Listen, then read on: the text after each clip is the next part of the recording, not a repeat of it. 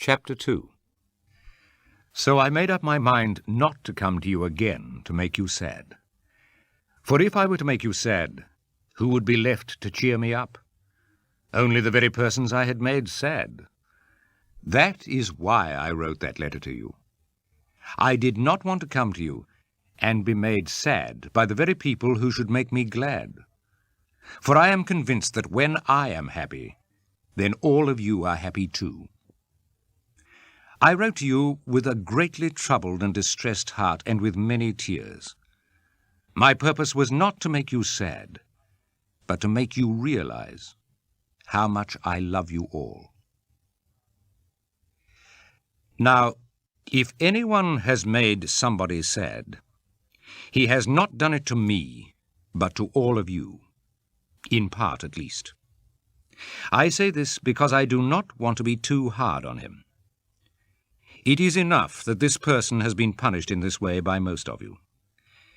Now, however, you should forgive him and encourage him in order to keep him from becoming so sad as to give up completely. And so I beg you to let him know that you really do love him. I wrote you that letter because I wanted to find out how well you had stood the test and whether you are always ready to obey my instructions. When you forgive someone for what he has done, I forgive him too.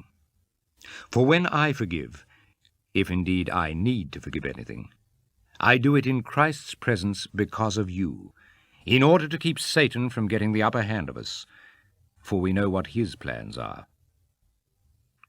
When I arrived in Troas to preach the good news about Christ, I found that the Lord had opened the way for the work there. But I was deeply worried, because I could not find our brother Titus. So I said goodbye to the people there and went on to Macedonia. But thanks be to God, for in union with Christ, we are always led by God as prisoners in Christ's victory procession. God uses us to make the knowledge about Christ spread everywhere, like a sweet fragrance. For we are like a sweet-smelling incense offered by Christ to God, which spreads among those who are being saved and those who are being lost. For those who are being lost, it is a deadly stench that kills. But for those who are being saved, it is a fragrance that brings life.